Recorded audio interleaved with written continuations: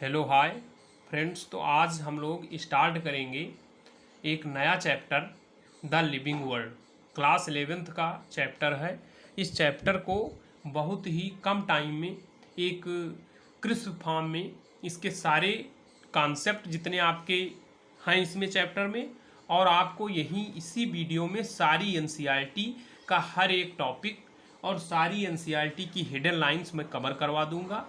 तो प्लीज़ आप लोगों से एक रिक्वेस्ट है वीडियो के पहले कि अगर आप चैनल पर नए हैं तो प्लीज़ चैनल को सब्सक्राइब कर दीजिए। वीडियो अच्छा लगे तो प्लीज़ लाइक कर दीजिए, और ज़्यादा अच्छा लगे तो प्लीज़ चैनल ये जो वीडियो है हमारा इसे शेयर कर दीजिए।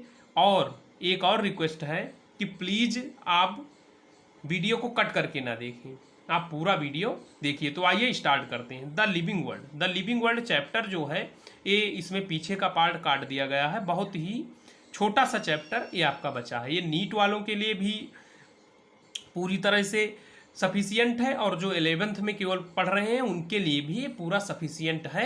किसी भी तरह की कोई कमी इसमें नहीं है। तो आइए स्टार्ट करते हैं द लिविंग वर्ल्ड। अब लिविंग वर्ल्ड में जो सबसे पहला टॉपिक हमारे लिए आता है वो है लिविंग वर्सेज नॉन लिविंग, यानी कौन सी चीज़ लिविंग है कौन सी चीज़ नॉन लिविंग है, इसको कैसे डिफरेंशिएट किया जाए। तो इसको डिफरेंशिएट करने के लिए जो साइंटिस्ट थे उन्होंने कई तरह के क्राइटेरिया निकाले। तो उन सभी क्राइटेरिया को आज हम डिस्कस करेंगे। तो आइए देखते हैं। अब देखिए सबसे पहला जो उसमें टॉपिक आपको पढ़ना है वो है करेक्टर्स ऑफ लिविंग, यानी जो लिविंग है उसके क्या क्या करेक्टर्स हैं, यानी किस पैमाने पर या किस जो रूल्स हैं या किस तरह हम ये डिफरेंशिएट कर सकते हैं कि कौन सी चीज़ लिविंग है कौन सी चीज़ नॉन लिविंग है, वो भी साइंस के रिस्पेक्ट में।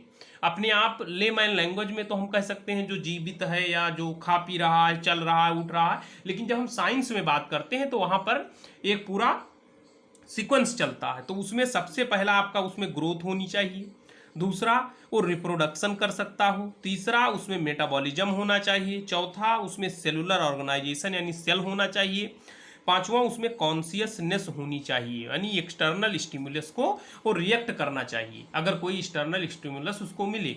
तो आइए अब एक एक करके इन सभी जो चैप्टर्स में दिया गया है इन सभी पांचों पैरामीटर्स को डिस्कस करते हैं। तो सबसे पहले जो हमारा पैरामीटर है वो है ग्रोथ का।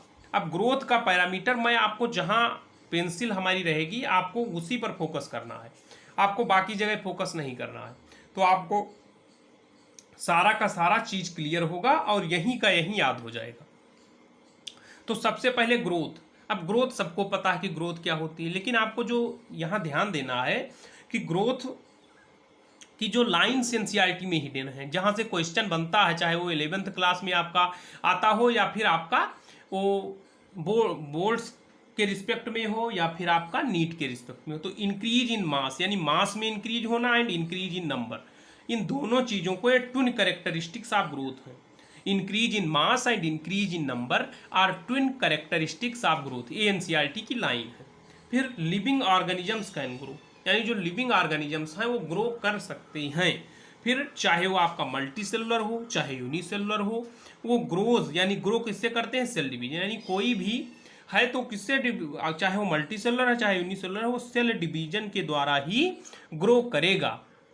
अब देखिए प्लांट्स में क्या होता है कि cell division throughout life span चलता है, यानी पूरे उनके जीवन काल में प्लांट्स क्या करते हैं, डिवाइड करते रहते हैं। जैसे आपने पढ़ा होगा मेरिस्टेमेटिक टिश्यू, फिर वही परमानेंट में कन्वर्ट हो जाते हैं। तो वो लगातार अपने पूरे जीवन काल में डिवाइड करते हैं। फिर एनिमल्स का क्या है कि अप टू सर्टेन एज, यानी एक एज तक वो डिवाइड करते हैं cells, but cell division occurs in certain, लेकिन अगर किसी को चोट लग गई कहीं या कहीं हमारे घाव हो गया तो वहाँ पर तो सेल डिवाइड करके उस चीज़ को कवर कर लेता है। फिर आइए आगे देखते हैं कि ग्रोथ कितने प्रकार की होती है। तो जो ग्रोथ है वो दो तरह की होती है। एक तो इंट्रिंसिक ग्रोथ, यानी जो इनसाइड से हो, इंट्रिंसिक का मतलब जो अंदर से ग्रोथ हो वो इनसाइड से, और एक्सट्रिंसिक यानी जो आउट से यानी बाहर से हो। तो देखिए इंट्रिंसिक ग्रोथ है यानी अंदर से जो ग्रोथ हो रही है वो आपकी लिविंग ऑर्गेनिजम्स का कैरेक्टरिस्टिक्स है। A dead organism does not grow, यानी जो ऑर्गेनिज्म मरा हुआ है वो कभी ग्रो नहीं कर सकता, ये एनसीईआरटी की लाइन है।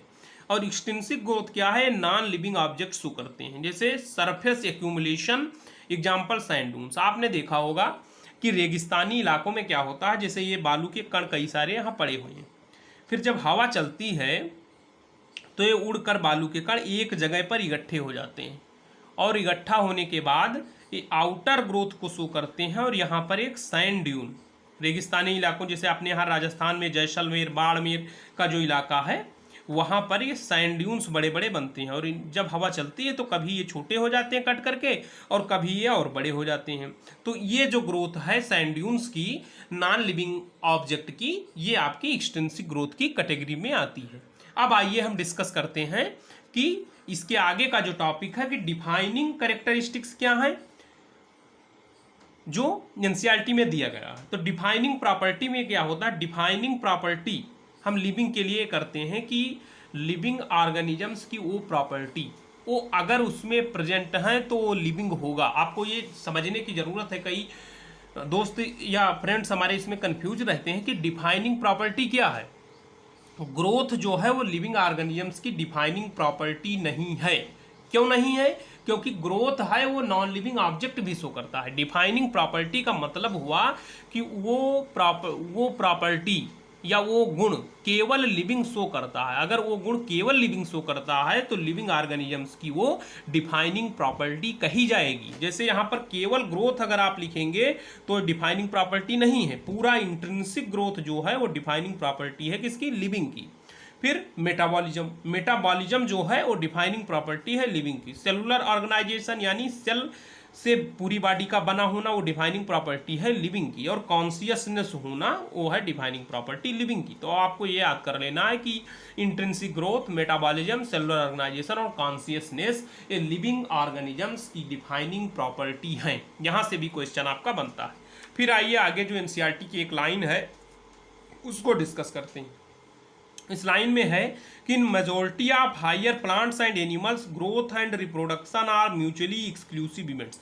अब ये जो म्यूचुअली एक्सक्लूसिव है, कई बच्चे इसमें कंफ्यूज हो जाते हैं, तो आपको कंफ्यूज नहीं होना है। देखिए कह रहा है कि in majority of higher plants, यानी जो हायर प्लांट्स का मतलब हुआ और एनिमल्स का कि वो मल्टी सेलुलर है, यहाँ यूनिसेलुलर की बात नहीं हो रही। तो जो मल्टी सेलुलर प्लांट्स और एनिमल्स हैं वहाँ ग्रोथ होना या रिप्रोडक्शन होना म्यूचुअली एक्सक्लूसिव, यानी दो अलग अलग इवेंट्स हैं। क्या हैं, अलग अलग चीज़ें हैं, यानी ग्रोथ होना और रिप्रोडक्शन होना ये अलग अलग चीज़ें हैं। जैसे मान लीजिए ये एक ह्यूमन का एग्जाम्पल ले रहे हैं, ये एक ह्यूमन है। अब इसके अगर यहाँ चोट लग गई तो यहाँ पर जो सेल्स डिवाइड करके इस घाव को पूरा करेंगी वो तो आपका हो गया ग्रोथ में आ जाएगा। लेकिन इसने जो रिप्रोडक्शन किया और उससे इसके मान लीजिए कि 2 बेटे हुए या एक इसके डॉटर हुई, एक सन हुआ, तो ये जो इवेंट हुआ आपका ये क्या है, रिप्रोडक्शन। तो यानी आपने यहाँ देखा कि ग्रोथ और रिप्रोडक्शन 2 अलग अलग चीज़ें हैं, किसके लिए, मल्टी सेलुलर ऑर्गेनिज्म। इसीलिए आप प्लांट का देख सकते हैं, जैसे एक प्लांट है तो प्लांट में अगर मान लीजिए कहीं से आपने एक कट लगा दिया, ऐसे प्लांट में यहाँ आपने कट लगाया, तो आप जब कट लगाते हैं तो देखा होगा आपने चारों तरफ से ऐसे करके ऊंचा सा वो भर लेता है, तो ये आपका ग्रोथ हो गया। लेकिन अगर इसी के कोई प्रोपाग्यूल से, कोई सीड से एक फिर नया प्लांट जन्म ले लिया, एक नया प्लांट जन्म गया, तो वो क्या है, आपका रिप्रोडक्शन आएगा। तो यानी म्यूचुअली एक्सक्लूसिव इवेंट्स का मतलब हुआ ये दोनों अलग अलग चीज़ें हैं। लेकिन उसका उल्टा ही आप देखिए कि यूनिसेलुलर ऑर्गेनिजम्स में क्या होता है, growth and reproduction mutually inclusive, माने एक दूसरे में इंक्लूडेड हैं। यानी आप चाहे ग्रोथ कहें या रिप्रोडक्शन कहें यूनिसेलुलर ऑर्गेनिजम्स के लिए, वो दोनों चीज़ें सेम मानी जाएंगी। क्यों मानी जाएंगी, आप सभी लोगों ने प्रीवियस क्लासेज में अमीबा का एग्जाम्पल पढ़ा। अमीबा क्या करता है कि जब अमीबा चाहे डिवाइड करे, चाहे रिप्रोडक्शन करे, चाहे ग्रोथ करे, वो क्या करेगा, ऐसे 2 अमीबा बन जाएंगे। तो इसको आप चाहे ग्रोथ कह ले चाहे रिप्रोडक्शन कह ले। अभी एक लाइन और आएगी कि growth and reproduction are synonyms, माने ग्रोथ और रिप्रोडक्शन क्या है, सिनोनिम्स हैं एक दूसरे के। किसके केस में, यूनिसेलुलर ऑर्गेनिजम्स के केस में। आइए आगे देखते हैं। अब आपको सेकेंड प्रॉपर्टी जो पढ़नी है वो है रिप्रोडक्शन। अब रिप्रोडक्शन तो आप सभी लोग जानते हैं कि एक ऑर्गेनिज्म है वो अपने ही तरह की संतान को उत्पन्न करता है, ऑफ स्प्रिंग को उत्पन्न करता है, तो उसे रिप्रोडक्शन कहते हैं उस प्रोसेस को। रिप्रोडक्शन यूनिसेलुलर ऑर्गेनिजम्स में ग्रोथ एंड रिप्रोडक्शन सिनोनिम्स है, यानी आप चाहे ग्रोथ कहें या रिप्रोडक्शन कहें, यूनिसेलुलर ऑर्गेनिजम्स के लिए उसका माने सेम होगा। अब ये एनसीईआरटी की लाइन है, ये आपको याद करनी है। यहां से आपका क्वेश्चन बनता है कि mules and infertile human couples and sterile worker बीज डू नॉट रिप्रोड्यूस। अब देखिए, अभी जब हमने आपको डिफाइनिंग प्रॉपर्टीज बताया था तो वहां पर रिप्रोडक्शन नहीं बताया था। रिप्रोडक्शन क्यों नहीं बताया? क्योंकि अगर रिप्रोडक्शन डिफाइनिंग प्रॉपर्टी कह दिया जाए तो वो आदमी या वो महिला जो रिप्रोड्यूस नहीं कर रही है, क्या वो लिविंग नहीं है? ऐसा तो है नहीं। जैसे किसी के कोई डिस्फंक्शनल है या कोई डिफॉर्मिटी है सेक्स ऑर्गन्स में, तो वो रिप्रोड्यूस नहीं कर सकते, लेकिन वो लिविंग है। इसलिए ये कह देना कि रिप्रोडक्शन डिफाइनिंग प्रॉपर्टी है लिविंग ऑर्गेनिजम्स की, ये गलत होगा। इसलिए जो रिप्रोडक्शन आपका है वो डिफाइनिंग प्रॉपर्टी नहीं है। उसका एग्जाम्पल एनसीईआरटी ने दिया है, जैसे म्यूल्स आप लोग जानते हैं वो रिप्रोड्यूस नहीं करता, इनफर्टाइल ह्यूमन कपल्स है वो रिप्रोड्यूस नहीं करेगा, स्टेराइल वर्कर बीज हैं वो भी रिप्रोड्यूस नहीं करेंगी, डू नॉट रिप्रोड्यूस।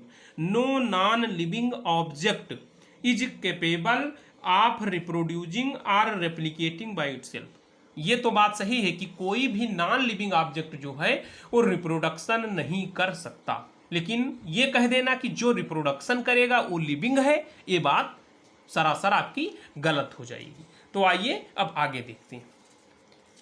ये देखिए, जो मैंने इसको समराइज कर दिया, एनसीईआरटी ने इधर उधर करके लिखा, एक जगह लिख दिया, आपको ये डायरेक्ट याद करना है। जैसे एल्गी एंड फंजाई में असेक्चुअल स्पोर से रिप्रोडक्शन होता है, हाइड्रा एंड ईस्ट में बडिंग होती है, आप पहले से याद किया, आपने जानते हैं। प्लानेरिया में रीजनरेशन, और रीजनरेशन भी क्या, ट्रू रीजनरेशन होता है। क्या होता है प्लानेरिया में? True regeneration, high regeneration capacity इसमें प्लानेरिया में होती है। फिर आपको ये याद कर लेना है, ये कई बार क्वेश्चन आता है, जैसे filamentous algae, fungi and protonema of masses, इनका जो रिप्रोडक्शन है ये फ्रेगमेंटेशन के द्वारा रिप्रोड्यूस करते हैं। अब आइए अगली जो करेक्टरिस्टिक्स है लिविंग ऑर्गेनिजम्स की उसके बारे में डिस्कस करते हैं, जैसे मेटाबॉलिज्म। अब मेटाबॉलिज्म क्या है कि कोई भी लिविंग ऑर्गेनिजम्स उसके बॉडी में, उसके शरीर में जितनी भी केमिकल रिएक्शंस हो रही हैं उन सभी केमिकल रिएक्शंस की सम को आप मान लीजिए कि उसे मेटाबॉलिज्म कहा जाता है। जैसे the sum total of all the chemical reactions occurring in a living और बॉडी इज कॉल्ड मेटाबॉलिज्म, उसे हम मेटाबॉलिज्म कहेंगे। No non living object exhibit metabolism, कोई भी नॉन लिविंग ऑब्जेक्ट अगर है तो मेटाबॉलिज्म को शो नहीं करेगा। अब ये जो लाइन है ये बच्चों को बहुत परेशान करती है, इसे आपको पहली बात तो एनसीईआरटी की लाइन है, आपको इसको ऐसे ही याद कर लेना है और मैं समझाने का प्रयास भी कर रहा हूँ। देखिए, metabolic reactions can be demonstrated outside the body in a cell free medium और test tube in a lab. अब इस लाइन का कहने का मतलब ये है कि जो मेटाबॉलिक रिएक्शंस हमारी बॉडी में हो रही हैं उनको सेल फ्री मीडियम, मतलब जो हमारी बॉडी की सेल है उस सेल से हटाकर हम बाहर लैब में या टेस्ट ट्यूब में करवा सकते हैं। जैसे मान लीजिए हमारी बॉडी में स्टार्च का ब्रेकडाउन हो रहा है तो हम बाहर लैब में या टेस्ट ट्यूब में उस स्टार्च का ब्रेकडाउन करवा सकते हैं।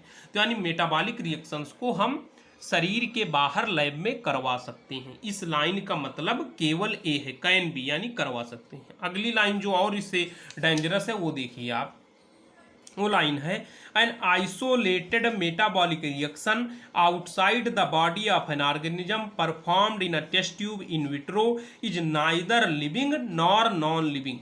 अब इस लाइन में बहुत ज़्यादा बच्चों को परेशानी होती है। देखिए, ये कह रहा है कि अगर हमने आइसोलेटेड एक मेटाबॉलिक रिएक्शंस को बॉडी के बाहर किसी टेस्ट ट्यूब में करवाया तो उसको ये कह पाना कि ये टेस्ट ट्यूब जो है वो लिविंग हो गया या ये टेस्ट ट्यूब जो है नॉन लिविंग हो गया, ये थोड़ा डिफिकल्ट है, क्योंकि हमने जो मेटाबॉलिक रिएक्शन है उसको डिफाइनिंग प्रॉपर्टी कंसीडर किया है। तो यहाँ पर थोड़ा सा लोचा तो लगता है कि अगर उसको डिफाइनिंग प्रॉपर्टी कह दिया तो अगर वो रिएक्शन इन विट्रो हो रही है तो उसे लिविंग माना जाए। तो यहाँ पर एनसीईआरटी ने थोड़ा चालाकी से काम लिया है और लिख दिया कि performed in a test tube in vitro is neither living nor non living, ना तो उसे हम लिविंग कहेंगे और ना ही नॉन लिविंग कहेंगे। यानी यहाँ पर एनसीईआरटी ने अपने आप को सेव कर लिया। तो आपको भी ऐसे समझना है कि जो आइसोलेटेड मेटाबॉलिक रिएक्शन बाहर की गई वो ना तो लिविंग हुई ना नॉन लिविंग हुई। फिर अगली लाइन में उसने लैंग्वेज का गेम खेला है। आपको डायरेक्ट ऐसे इस लाइन को याद कर लेना है, इसमें आपको प्रॉफिट रहेगा। Isolated metabolic reaction in vitro are not living things but surely living reaction. अब यहाँ पर वर्ड्स का गेम है कि यानी जो आइसोलेटेड मेटाबॉलिक रिएक्शन है बाहर हमने करवाई इन विट्रो, वो कोई लिविंग चीज नहीं हुई। यानी ये नहीं हुआ कि टेस्ट ट्यूब में हमने रिएक्शन करवा दिया तो ऐसा नहीं हुआ कि ये पूरा टेस्ट ट्यूब आपका क्या हो जाएगा, लिविंग हो जाएगा, ये नहीं हुआ। लेकिन वो जो रिएक्शन है, जो मेटाबॉलिक रिएक्शन हमने करवाया है, वो श्योरली मानी उसमें कोई दिक्कत नहीं, वो लिविंग रिएक्शन है। लिविंग रिएक्शन का मतलब हुआ कि वो जो रिएक्शन है वो लिविंग ऑर्गेनिजम्स में होती है। बस ऐसे आपको इसको समझ लेना है, ज़्यादा कॉम्प्लिकेट नहीं करना है। फिर सेलुलर ऑर्गेनाइजेशन। सेलुलर ऑर्गेनाइजेशन का मतलब हुआ कि ये जो सेल्स हैं, इन सेल्स से मिलकर हमारी पूरी बॉडी बनी हुई है। तो जो भी ऑर्गेनिज्म है वो सेल से ही बना होगा, क्योंकि आपने पढ़ा होगा कि cell is the basic unit of life. जब तक सेल नहीं है तब तक लाइफ की जो इमेजिनेशन है, जो कल्पना है, वो हम नहीं कर सकते। Cellular organisation, cell is the basic unit of life. Unicellular organisms में आपका एक सेल होगा, मल्टी सेलुलर ऑर्गेनिज्म में आपके कई सारे सेल्स होंगे। फिर आइए आगे बात करते हैं कॉन्शियसनेस। कॉन्शियसनेस क्या है कि कोई भी चाहे ऑर्गेनिज्म हो चाहे प्लांट हो, वो अगर कोई एक्सटर्नल स्टिमुलस मिलता है, वो एक्सटर्नल स्टिमुलस आपका बायोलॉजिकल हो सकता है, केमिकल हो सकता है या फिजिकल हो सकता है। और आप लोग समझते हैं जैसे किसी ने किसी को मार दिया एक चांटा, अब उसने भी उसको मारा, तो ये शो कर रहा है कि उसमें कॉन्शियसनेस है। और बायोलॉजिकल यानी किसी चीज को देखकर आपके जो मन में विचार आता है या उससे आप कुछ रिएक्ट करते हैं, अट्रैक्शन होना, ऐसी सारी चीजें जो हैं। और मान लीजिए किसी केमिकल से आपको कोई रिएक्शन हो रहा है, वो सभी कॉन्शियसनेस, यानी आपकी बॉडी जो है वो कॉन्शियस है हर चीज के लिए जो आपके सराउंडिंग में हो रही है, चाहे वो बायोलॉजिकल हो, चाहे केमिकल हो, चाहे फिजिकल हो, किसी भी तरह की हो। Most obvious and technically complicated feature of all living organism. सभी लिविंग ऑर्गेनिजम्स का ये सबसे कॉम्प्लिकेटेड फीचर है।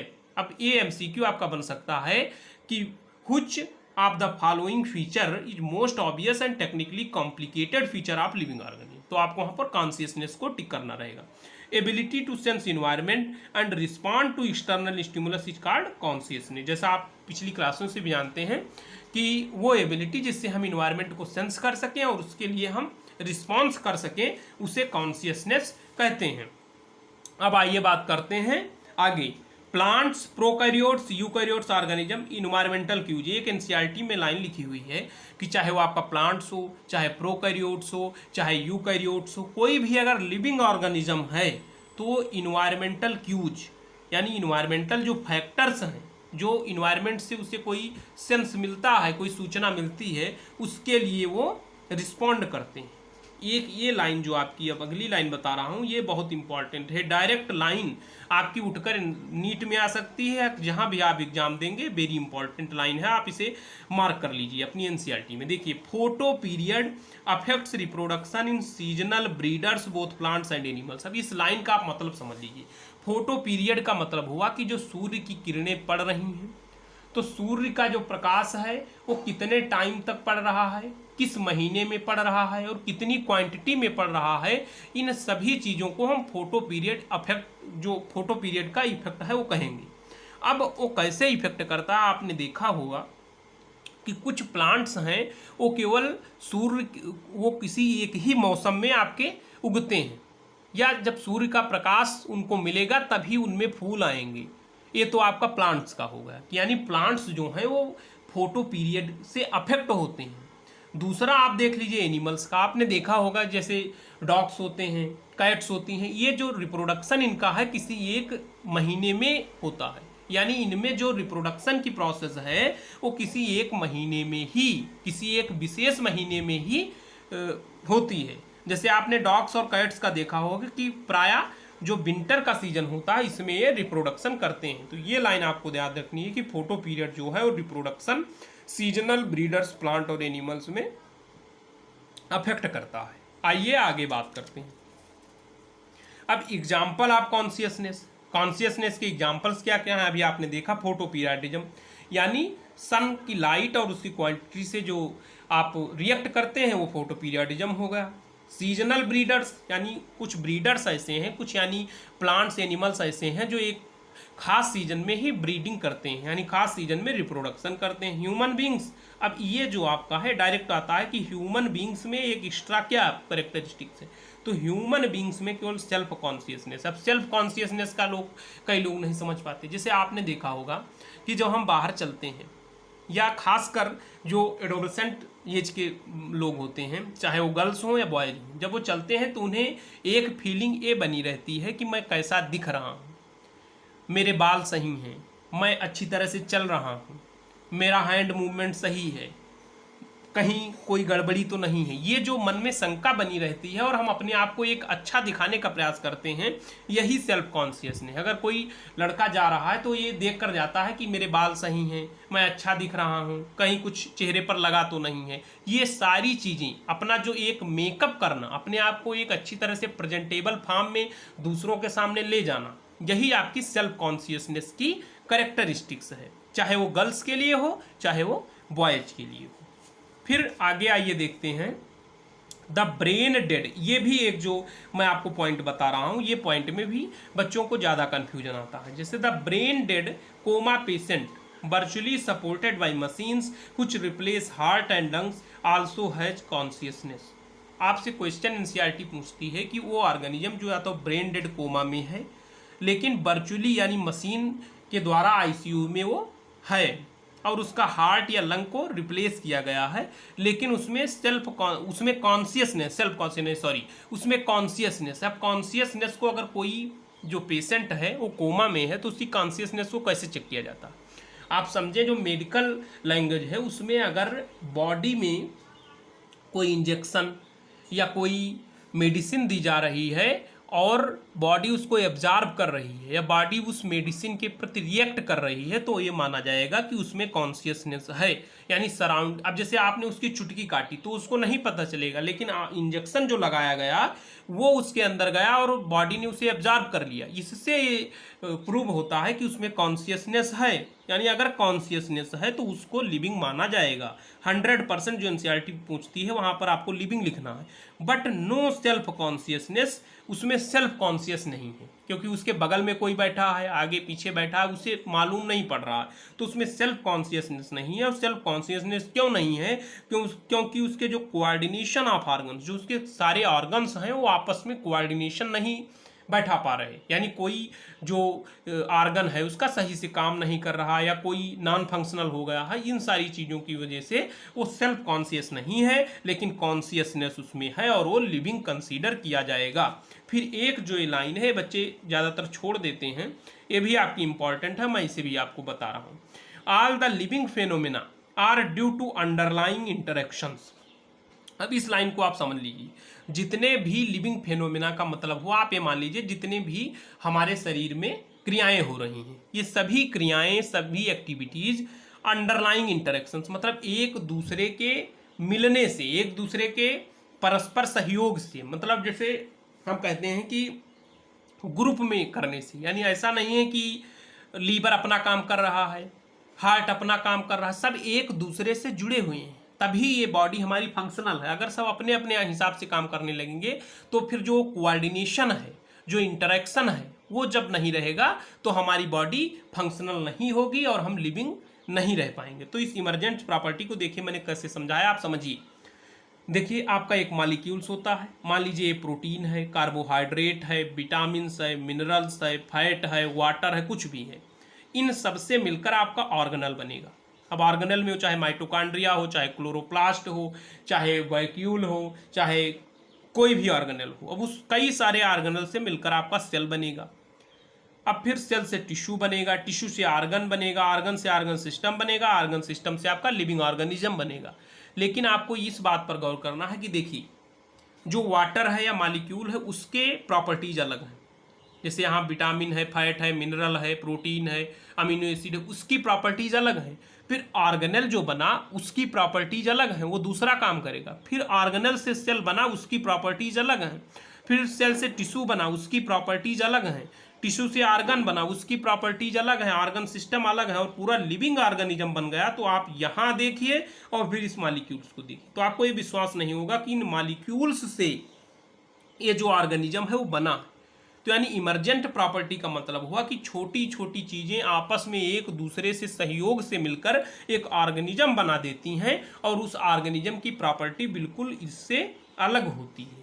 यानी आपने देखा होगा कि एकता में बल होता है, जैसे आपने सुना होगा कि यूनिटी जो है, यूनिटी यानी एकता में बल होता है। आप देखिए कई सारे मॉलिक्यूल्स इतना सब मिलकर एक ऑर्गेनिज्म को बना दिया। तो इस इमरजेंट प्रॉपर्टी का मतलब आप ये समझ लीजिए कि एकता में बल हो गया, यानी कई सारे चीजें मिलकर एक ऑर्गेनिज्म को बना दिया। आइए आगे देखते हैं। अब एनसीईआरटी ने इसको लिखा, मैंने एक जगह आपके लिए नोट्स के फॉर्म में इसको समराइज कर दिया। आप ये देखिए कि living organisms self replicating, self evolving, self regulating, interactive system, responding to external. Self replicating यानी उसमें जो सेल्स हैं वो अपने आप रिप्रोड्यूस कर लेती हैं, यानी वो रिप्रोडक्शन कर सकते हैं। सेल्फ इवॉल्विंग यानी जो इवोल्यूशन की प्रोसेस है उनमें अपने आप निरंतर हो रही है, कोई इवॉल्व करने में उनका मदद नहीं कर रहा, अपने आप जो जेनेटिक मेकअप है उसकी वजह से वो सेल्फ इवॉल्व। सेल्फ रेगुलेटिंग यानी अपने आप सारा काम कर रही, जैसे उनको हार्ट पंप करना है, लीवर का काम है, स्टमक में फूड डाइजेस्ट करना, वो सब अपने आप मैनेज हो रहा। इंटरैक्टिव सिस्टम यानी एक दूसरे से या इन्वायरमेंट से वो इंटरैक्ट कर रहे हैं। फिर रिस्पॉन्डिंग टू एक्सटर्नल स्टिमुलस, और जो अभी आपको बताया कॉन्शियसनेस, यानी जो एक्सटर्नल स्टिमुलस मिलता है उसके लिए वो रिस्पॉन्ड करते हैं। फिर आइए आगे देखते हैं। All living organisms are related to each other by sharing of common genetic material up to varying degrees. यानी जितने भी लिविंग ऑर्गेनिजम्स इस अर्थ पर हैं या कहीं भी हैं, उन सभी ऑर्गेनिजम्स का जो जेनेटिक मटेरियल हो कहीं एक जगह से ही स्टार्ट हुआ। यानी आपने इवोल्यूशन आप जब पढ़ेंगे आगे तो आपको पता चलेगा कि पहले एक ऑर्गेनिज्म बना, फिर उससे इवोल्यूशन से होते होते होते होते कई सारे ऑर्गेनिजम्स बने, तो उनका एंसेस्टर सबका एक ही रहा होगा। तो जब एंसेस्टर एक है सबका, तो जो जेनेटिक मटेरियल है वो सबका एक है, लेकिन उसमें कुछ ना कुछ मॉडिफिकेशंस हैं, तभी तो हम सब अलग हैं। तो उसमें हम सब लिविंग जो ऑर्गेनिजम्स हैं उनमें जो जेनेटिक मटेरियल है वो कॉमन है, लेकिन अप टू वेरिइंग डिग्री, किसी में ज़्यादा अलग है, किसी में थोड़ा सिमिलर है, किसी में बहुत ज़्यादा अलग है। तो जेनेटिक मटेरियल कॉमन है, लेकिन वो कई डिग्रीज तक यानी कई हदों तक वो एक दूसरे से अलग भी है। फिर sharing of common character proved both horizontally and vertically. अब ये यहाँ बताया गया, एक लाइन दी गई है कि जो कॉमन कैरेक्टर्स ऑर्गेनिजम्स में है, आप इवोल्यूशन में और अच्छी तरह से पढ़ेंगे, वो चाहे आप हॉरिजॉन्टली यानी इस पूर्व, जैसे यहाँ से ये बना, फिर यहाँ से ये बना, फिर एक ये बना, ये ऑर्गेनिज्म ने, तो चाहे आप इस तरह हॉरिजॉन्टली इनमें रिलेशन देखें, चाहे आप जो सबसे एंसेस्टर था उससे देखें, आपको कॉमन एंसेस्ट्री या कॉमन कैरेक्टर्स मिलेंगे। ये प्रूव करता है कि जो ऑर्गेनिज्म है वो किसी एक ऑर्गेनिज्म से धीरे धीरे इवॉल्व हुए हैं। फिर आइए आगे की तरफ बढ़ते हैं। बायोडाइवर्सिटी। बायोडाइवर्सिटी क्या है? The number and type of organism present on earth is called biodiversity. मतलब जो उनका नंबर है, जितने टाइप के हैं, उन सभी को मिलाकर हम बायोडाइवर्सिटी कहते हैं। नोन स्पीसीज कितनी है? 1.7 से 1.8 मिलियन। अब जो यहाँ MCQ आता है वो हम वो बिलियन कर देते हैं, तो आपको ये ध्यान रखना है कि 1.7 से 1.8 मिलियन स्पीसीज अभी तक नोन हैं NCERT के अकॉर्डिंग। फिर आइए, अब आपका हाफ पार्ट से ज़्यादा कंप्लीट हो गया, अब थोड़ा ही बचा है, अब ज़्यादा 10 मिनट का गेम और है, आपको बने रहना है। मैंने NCERT का हर एक पॉइंट, कोई भी लाइन नहीं छोड़ी है जो आपके लिए इम्पॉर्टेंट हो, और मैंने नहीं छोड़ा है। तो आप बिना कट किए प्लीज़ पूरे वीडियो को देखिए, होपफुली आपको सारा समझ में आएगा और यहीं पर याद होगा। इजी चैप्टर्स है, आपको परेशान नहीं होना। देखिए, टैक्सोनॉमी। टैक्सिस का अर्थ होता है अरेंजमेंट, नोमोस का मतलब होता है ला, यानी जो अब पूरी पृथ्वी पर आपने अभी देखा 1.7 से 1.8 मिलियन स्पीसीज हैं। अब उनको सबको याद कर पाना, उन सब की नेमिंग कर पाना हमारे लिए पॉसिबल नहीं था, तो हमने क्या किया कि उन सभी को ग्रुप में अरेंज कर दिया। जैसे एक ग्रुप ए बना दिया, इसमें ऑर्गेनिज्म रखे, फिर एक ग्रुप ए बना दिया, इसमें ऑर्गेनिज्म रखे, एक ग्रुप ए बना दिया, इसमें ऑर्गेनिज्म। तो जो ब्रांच बनी उसे हम टैक्सोनॉमी कहते हैं, यानी टैक्सोनॉमी की जो ब्रांच है उसमें हम ऑर्गेनिजम्स को अलग अलग करके क्लासिफाई करके उनका स्टडी करते हैं, जिससे वो स्टडी जो है हमारी वो ईजी हो जाती है। सबसे पहले ये देखिए, सबसे ये भी सीक्वेंस आपसे पूछ लेता है। सबसे पहले आप करेक्टराइजेशन करेंगे, यानी उसके करेक्टर्स को नोट करेंगे कि उसमें 4 पाँव हैं, 2 आँखें हैं, 2 कान हैं, 2 हाथ हैं, 2 पैर हैं, इस तरह की। फिर आप करेक्टराइजेशन आइडेंटिफाई करेंगे कि ये फिर क्या है, उसके आधार पर फिर आप नाम, ये यहाँ हमने थोड़ा सीक्वेंस में गलती हो गई, तो आप इसको पहले ये आपका नॉमेनक्लेचर और फिर आप क्लासिफिकेशन करेंगे। तो करेक्टराइजेशन, आइडेंटिफिकेशन, नॉमेनक्लेचर, क्लासिफिकेशन। फिर आइए आगे देखते हैं क्या है सिस्टमेटिक्स। अब सिस्टमेटिक्स जो ब्रांच है वो कैरोलस लिनियस ने इंट्रोड्यूस कराई। सिस्टमेटिक अरेंजमेंट जो है उसे ही सिस्टमेटिक्स कहा जाता है। टैक्सोनॉमी जो अभी आपने पढ़ी कि करेक्टराइजेशन, आइडेंटिफिकेशन, नॉमेनक्लेचर, क्लासिफिकेशन, वो प्लस इवोल्यूशनरी रिलेशनशिप। अब इवोल्यूशनरी रिलेशनशिप का क्या मतलब हुआ, सरल लैंग्वेज में आप समझ लीजिए कि जो हमारे पूर्वजों से चला आ रहा है उसके आधार पर ये क्लासिफाई करना कि कौन सा ऑर्गेनिज्म किस ऑर्गेनिज्म के ज़्यादा क्लोज है इवोल्यूशन के अकॉर्डिंग, उसे हम इवोल्यूशनरी रिलेशनशिप कहते हैं। एक जो बुक है कैरोलस लिनियस ने वो लिखी, सिस्टेमा नेचुरे। सिस्टेमा नेचुरे नाम की बुक कैरोलस लिनियस ने लिखी थी। आपको सिस्टमेटिक समझ में आया होगा। आइए अब हम बात करते हैं नॉमेनक्लेचर। नॉमेनक्लेचर क्या है, यानी किसी भी ऑर्गेनिज्म को नाम देना। अब ये ज़रूरत क्यों पड़ी कि हमें नाम देना पड़ा, अब आप समझेंगे कि जैसे आप अपने भारत देश में ही चले जाएं तो हमारा देश जो है वो विभिन्नता यहाँ बहुत है, यानी यूनिटी इन डाइवर्सिटी। हमारे यहाँ डाइवर्सिटी बहुत है। जैसे हमारे यहाँ कहा भी गया है कि कोस कोस पर पानी बदले 3 कोस पर बानी, यानी हम 15, 20, 25, 30, 40 किलोमीटर जब आगे निकलते हैं तो हर चीज़ की जो नेमिंग है या जो एसेंट है या जो लैंग्वेज बोलने का तरीका है वो बदल जाता है। तो हम तो अपने भारत की बात कर रहे हैं और आप पूरे विश्व की बात अगर करेंगे तो कहीं शेर को हम शेर कहते हैं, कहीं कुछ दूसरा कहते हैं, कहीं लायन कहते हैं, कहीं और कुछ कहते हैं। तो इन सब कन्फ्यूजन से बचने के लिए जो टैक्सोनॉमिस्ट थे, जो टैक्सोनॉमिस्ट ने ये किया कि हम ये करते हैं कि एक साइंटिफिक नेम देते हैं, जो नेम जो है पूरे वर्ल्ड में वैलिड होना चाहिए, जो भी पढ़े उस नाम से उसको पढ़े। तो इससे ये हमको सरलता होगी कि चाहे जहां हमको उस ऑर्गेनिज्म को ढूंढना होगा उसमें हमें दिक्कत नहीं आएगी। तो इसीलिए एक बायनॉमियल सिस्टम जो है वो कैरोलस लिनियस ने लॉन्च किया, बनाया। अब उस जो बायनॉमियल सिस्टम था उसमें बायोलॉजिकल नेम या साइंटिफिक नेम दिया जाना था। अब वो जो बायोलॉजिकल नेम या साइंटिफिक नेम था वो 2 कंपोनेंट से मिलकर बनता है, एक आपका जेनेरिक नेम, एक आपका स्पेसिफिक एपिथेट। अब देखिए जेनेरिक नेम में आपका मैंजीफेरा, स्पेसिफिक एपिथेट में इंडिका, और ये मैंगो का साइंटिफिक नेम है। मैंगो का साइंटिफिक नेम होता है मैंजीफेरा इंडिका। अब जो मैंजीफेरा है वो जीनस को इंडिकेट कर रहा है, इंडिका जो है स्पीसीज, यानी आप इसे चाहे स्पीसीज कहें या स्पेसिफिक एपिथेट कहें, लेकिन स्पेसिफिक एपिथेट आपको प्रेफरेंस में रखना है। तो जेनेरिक नेम और स्पेसिफिक एपिथेट। अब इन जो नेम्स थे इनको कहाँ से, किस बुक से, अब जो कई लोग पढ़ते हैं जैसे ICBN, ICZN, अब इन सारे नामों को कैसे करना है, कैसे नाम देना है, इन सबके लिए कोड बनाए गए। इन सबके लिए 2 बुक्स लिखी गई यूनिवर्सल रूल्स में। तो ये जो ICBN है ये कोई संस्था नहीं है, ये एक बुक का नाम है, आप ये मानिए। ICZN कोई ये संस्था नहीं है, ये बुक का नाम है। जैसे international code of botanical nomenclature, ये फुल फॉर्म भी पूछा जाता है। ICBN international code of botanical nomenclature, ICZN international code of zoological nomenclature. अब आपको हम रूल्स बता रहे हैं। देखिए जो आपका फर्स्ट लेटर जेनेरिक नेम का आपको लिखना है, जैसे अभी आपने देखा था मैंजीफेरा वाला, ये यहाँ आपने मैंजीफेरा में देखिए यम जो है कैपिटल है, यानी जेनेरिक नेम का जो फर्स्ट लेटर होगा वो आपका कैपिटल होगा, और स्पीसीज यानी स्पेसिफिक एपिथेट का फर्स्ट लेटर आपका स्मॉल होगा। इस तरह आपको लिखना है। तो ये आपका हुआ capital letter first letter of generic name, small letter first letter of specific epithet. अगर आपने हाथ से लिखा, यानी आप अपनी कॉपी पर अगर लिखेंगे तो आपको क्या करना है, सेपरेटली अंडरलाइंड करना है। सेपरेटली अंडरलाइंड करना है। लेकिन अगर प्रिंटर से या कीबोर्ड से हमने लिखा और उसे प्रिंट कराया तो उसे हमें इटैलिक्स में लिखना है। इटैलिक्स का क्या मतलब हो, जैसे ऐसे टेढ़ा जो लिखा जाता है, जैसे इस तरह मैंजी फेरा इंडिका। अब ये जो हमने सेपरेटली अंडरलाइन किया या प्रिंट या टेक्सटिंग करने में हमने जो इटैलिक्स का प्रयोग किया, ये हमने क्यों किया, ये इसलिए किया जिससे हम लैटिन ओरिजिन को दिखा पाएं। यानी जितने भी नेम्स हैं उन्हें हम लैटिन या ग्रीक लैंग्वेज में डेराइव करते हैं। यानी किसी भी लैंग्वेज में वो नेम दिया गया उसे हम लैटिन या ग्रीक लैंग्वेज में मानेंगे। तो यानी जिससे अब लैटिन या ग्रीक लैंग्वेज को ही क्यों चुना गया, इसका भी आगे मैं रीजन आपको बताता हूँ।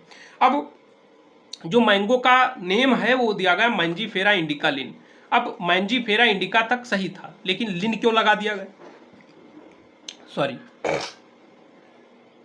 कई लोगों को ये कंफ्यूजन रहता है। तो लिन क्या किया गया बाद में कि जो साइंटिस्ट नेम दे रहे थे वो अपने नाम को उसमें लगा रहे थे।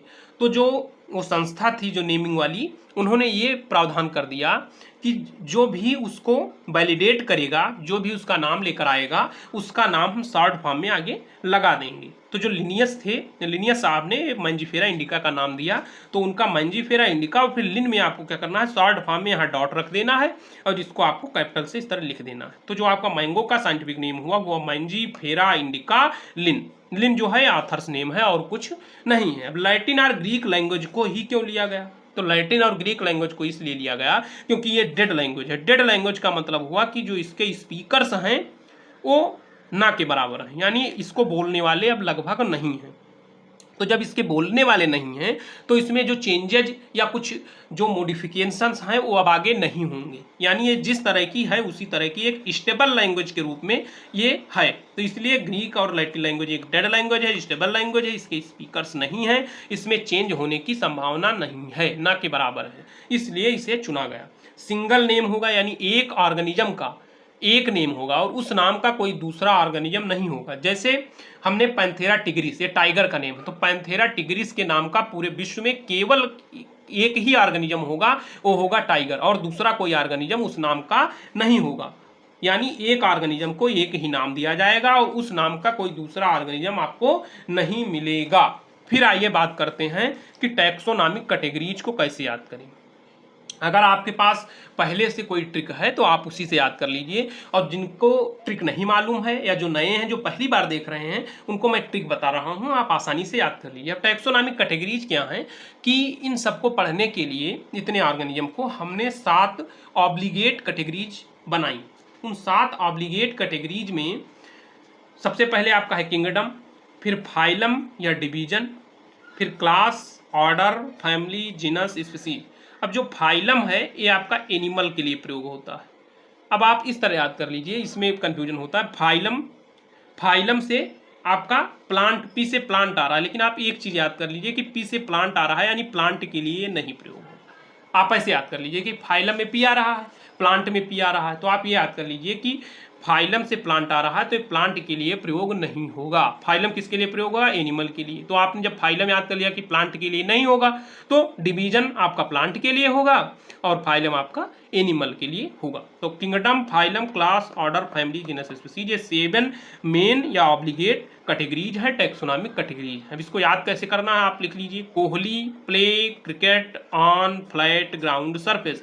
Kohli play cricket on flat ground surface, एक बार आप लिख लीजिएगा, आपको ये 100% याद हो जाएगा। Kohli play cricket on flat ground surface. के से किंगडम, पी से फाइलम और डिवीजन आपको ऐसे याद हो जाएगा। सी से क्लास, ओ से ऑर्डर, एफ से फैमिली, जी से जीनस, एस से स्पीसीज। तो Kohli play cricket on flat ground surface, ऐसे आपको याद कर लेना है। अब केवल 5-6 मिनट का खेल बचा हुआ है और आपको सारा जो ये चैप्टर था वो आपको समझ आ चुका है, ऐसी मैं आशा कर रहा हूँ। अब आपको एक टर्म याद करना है, टैक्सॉन या टैक्सा। टैक्सॉन जो आपका है वो सिंगुलर है, टैक्सा आपका क्या है, प्लूरल है। टैक्सा आपका प्लूरल है। अब टैक्सॉन या टैक्सा है क्या, रैंक और कैटेगरी, यानी किसी भी कैटेगरी पर जैसे कोई ऑर्गेनिज्म है उस रैंक या उस कैटेगरी को हम टैक्सा या टैक्सॉन कहते हैं। टैक्सॉन क्या है, यूनिट ऑफ क्लासिफिकेशन, यानी जो क्लासिफाई कर रहे हैं उसकी जो यूनिट है उस यूनिट को हम टैक्सॉन या टैक्सा कहते हैं। सॉरी, अब टैक्सॉन या टैक्सा क्या है, उसको कैसे समझें? तो जैसे आपका व्हीट है, ये भी एक टैक्सॉन है, राइस टैक्सॉन है, प्लांट टैक्सॉन है, एनिमल टैक्सॉन है, मैमल्स टैक्सॉन है। यानी कोई भी यूनिट इस पूरे किंगडम में या फाइलम में, क्लास में, ऑर्डर में, फैमिली में, जीनस में, स्पीशीज में आपको मिले, उसे आप टैक्सॉन कह सकते हैं। Dog is a mammal and mammals are animals. अब जैसे आपको ये लाइन मिलेगी कि डॉग एक मैमल है और मैमल क्या होते हैं? एनिमल्स होते हैं। तो देखिए, एनिमल किंगडम लेवल पर एक टैक्सॉन है, मैमल्स क्लास लेवल पर एक टैक्सॉन है, डॉग स्पीशीज लेवल पर एक टैक्सॉन है। अब ये जो है डॉग या mammal and mammals are animals represent taxa at different level, ये डिफरेंट लेवल पर अपने अपने टैक्सा को रिप्रेजेंट कर रहे हैं। अब एक जो एनसीईआरटी की लाइन हिडन थी वो मैं लेकर आया हूं आपको समझाने के लिए। देखिए, टैक्सोनॉमिक ग्रुप्स या categories are distinct biological entities and are not merely morphological aggregate. Merely का मतलब आप ओनली मानिए। अब ये क्या कह रहा है कि जो टैक्सोनॉमिक ग्रुप या कैटेगरीज हैं वो डिस्टिंक्ट का मतलब विशेष होती हैं, अलग होती हैं, वो बायोलॉजिकल एंटिटी हैं, माने ये वो अलग बायोलॉजिकल स्पीसीज हैं जो जितने भी टैक्सोनॉमिक ग्रुप या categories, and are not merely, और ऐसा नहीं है कि वो केवल एक कोई मॉर्फोलॉजिकल एग्रीगेट है, ऐसा नहीं है कि वो कोई हमने वैसे अपने मन से उनको मान लिया है कि वो जीवित हैं, जीवित नहीं है और उनको अपने मन से कल्पना से हमने मॉर्फोलॉजी के आधार पर एग्रीगेट कर लिया है। उनका प्रेजेंस है और उनकी एक जो अलग उनकी पहचान है। तो यानी वो अलग एक बायोलॉजिकल एंटिटी हैं, वो केवल मॉर्फोलॉजिकल एग्रीगेट्स नहीं हैं। अब एक कॉन्सेप्ट जो आपको बता रहा हूं, ये कॉन्सेप्ट आपको बहुत अच्छी तरह से समझना है। जब आप स्पीसीज से किंगडम की तरफ बढ़ेंगे, यानी आप अब ये जो स्पीसीज से किंगडम की तरफ जाते हैं, इसे हम कहते हैं ऊपर की तरफ जाना, यानी अपवर्ड मूवमेंट इसे माना जाएगा। जो स्पीसीज से हम किंगडम की तरफ जाएंगे इसे अपवर्ड माना जाएगा, यानी हम लोअर नहीं अपर जा रहे हैं।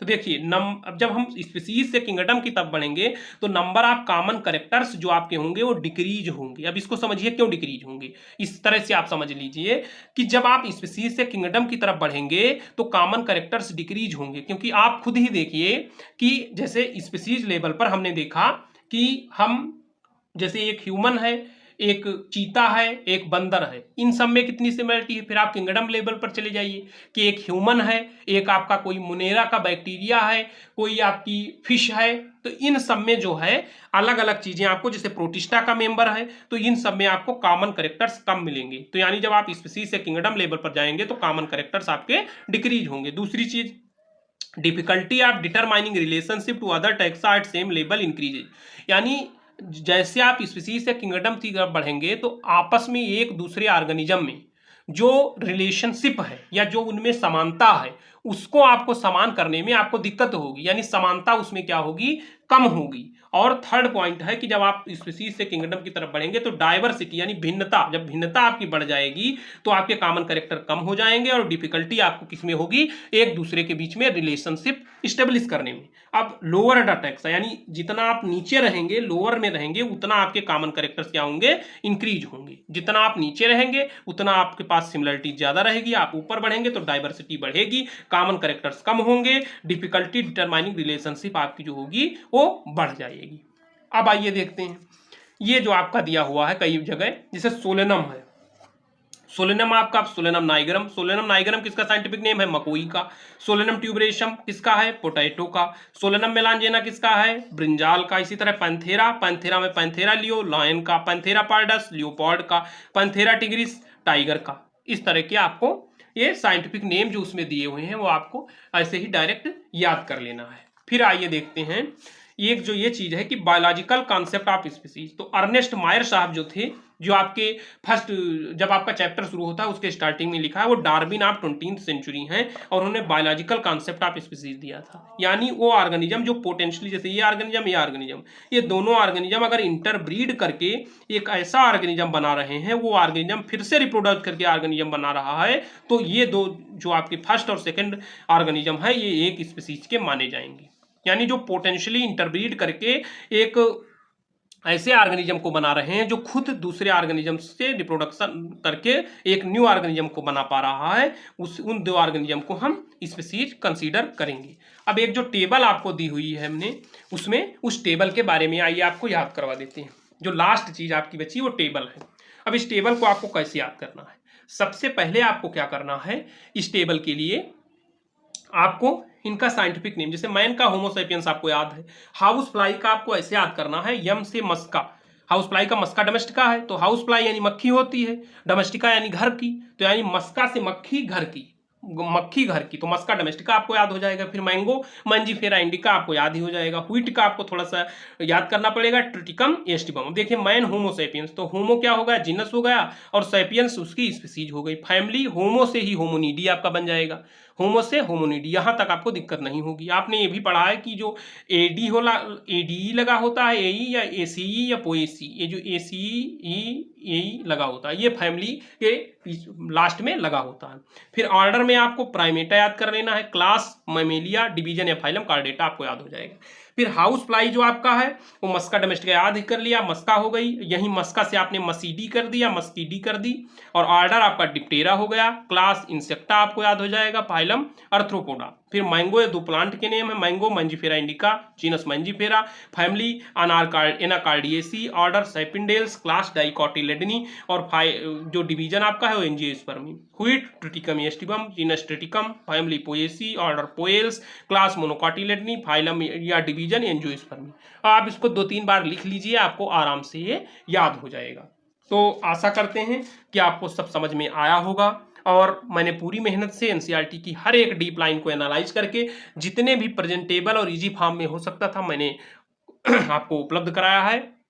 आशा करते हैं आपको वीडियो पसंद आया होगा, और इसी तरह के सभी चैप्टर्स के मैं इस तरह की वीडियो लाता रहूंगा। आप लोग प्लीज़ चैनल को सपोर्ट करें, प्लीज़ जो लास्ट तक देखे हैं प्लीज़ चैनल को सब्सक्राइब लाइक करके जाना। थैंक्स फॉर वॉचिंग, मिलते हैं अगले वीडियो में, बाय बाय।